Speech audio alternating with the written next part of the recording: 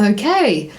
Hello everyone, my name is Disney Miss Lizzie and welcome to the review of Dot and Bubble. I don't really know how to start this review other than it's definitely Doctor Who meets Black Mirror. So that's definitely the emphasis of the episode. Did I enjoy it? Did I not enjoy it? I don't know.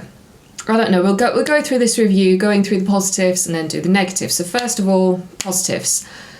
Design, excellent. Loved that. I loved the bubble effect. Thought that was really, really, really cool. I loved the colours. I thought the colour palette was interesting and I enjoyed that.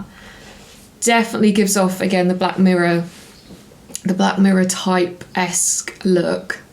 I also loved how without the bubble and the arrows directing Pepper, she couldn't quite figure out how to move forward, how to move left or right. It's definitely a social commentary on our current relationships with technology. You see it all the time. You see people, literally just doing that and walking into things. I loved the Doctor and Ruby trying to communicate with Pepper and just popping up and talking to her through the bubble. That was very clever. I enjoyed that.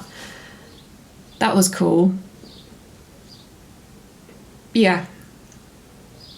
I think they're the positives, the main positives. Now on to possibly the negatives, or just trying to balance out the opinion, because I don't really know what to sort of go with. It was a difficult episode to get into because of my dislike and distrust towards Pepper, which is probably the premise of the episode, but I just didn't like her. I wasn't rooting for her. I didn't really care what happened to her. It's possibly a commentary on not everybody that the Doctor will meet will be likeable. You can see what they're trying, or what Russell T Davies tried to do there. But because Lindy, or Pepper, it was Lindy Pepperbean, was so unlikable, has spoilt the episode in regards to what I can give on commentary wise, because I just didn't like her. I didn't warm to her. I didn't think she was endearing. I didn't sort of see a redemption arc where I was rooting her for in the sense that please don't be killed, but I wasn't rooting for her for, oh my gosh, no, I've only just gotten to know you. She's definitely up there with my least favourite characters from Doctor Who. Yeah, the Black Mirror concept was very clever. I liked the bubble. Aliens were a little bit naff. I'd probably say they might be the weakest one from the season so far. I don't know, it looked slightly comical. They just looked like a giant slug. And it just didn't quite sort of grab my attention. I just don't really know what to say about this episode other than, yeah, it was a clever concept. I just don't think the execution came off very well, which is a real shame. But the twist lady, I haven't looked too much into any theories as to who she could be. I don't think she'll be the old woman under the cape, the one that's whenever the Doctor crops up and changes Ruby's timeline. I don't think it's her. I'd be very surprised if it were her, just because of the hands. The hands aren't old, they look young. So I would be very surprised if it were her. Oh yes, mug for Doctor Who review today is Alice in Wonderland, and you have the blue there. I actually really like this series of Disney mugs. It's a shame they don't do them. This came from the animated series. Anyway, back to who this woman is. There's always a twist at the end. There's always a twist at the end. I'm just going to go out on a limb and say she is actually connected to the Doctor and she knows where the Doctor comes from.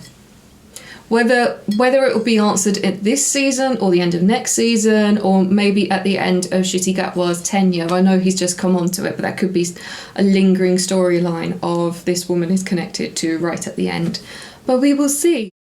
I'm very excited to be watching Rogue, which will be happening, and then on to Ruby Sunday, and then I'm hoping, fingers crossed, we can get all ready for the finale, which is next week, which I can't believe we're already at the finale.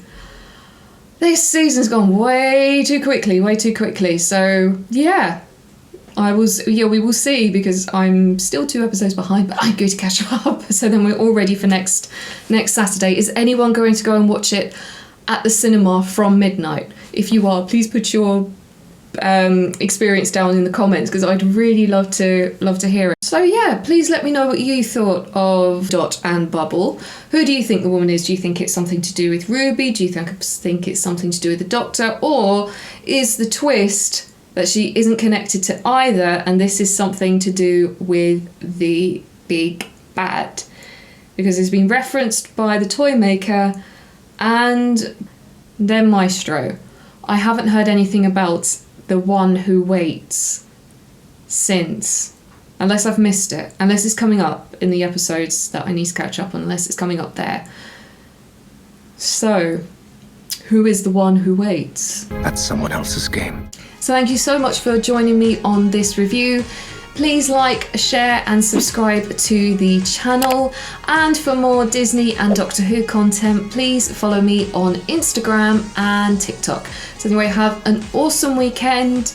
I will see you next time. I'm so excited to be watching Rogue. I've heard great things about it, so I'm really looking forward to watching it. So anyway, I will see you in the next video. Okay, bye guys, bye.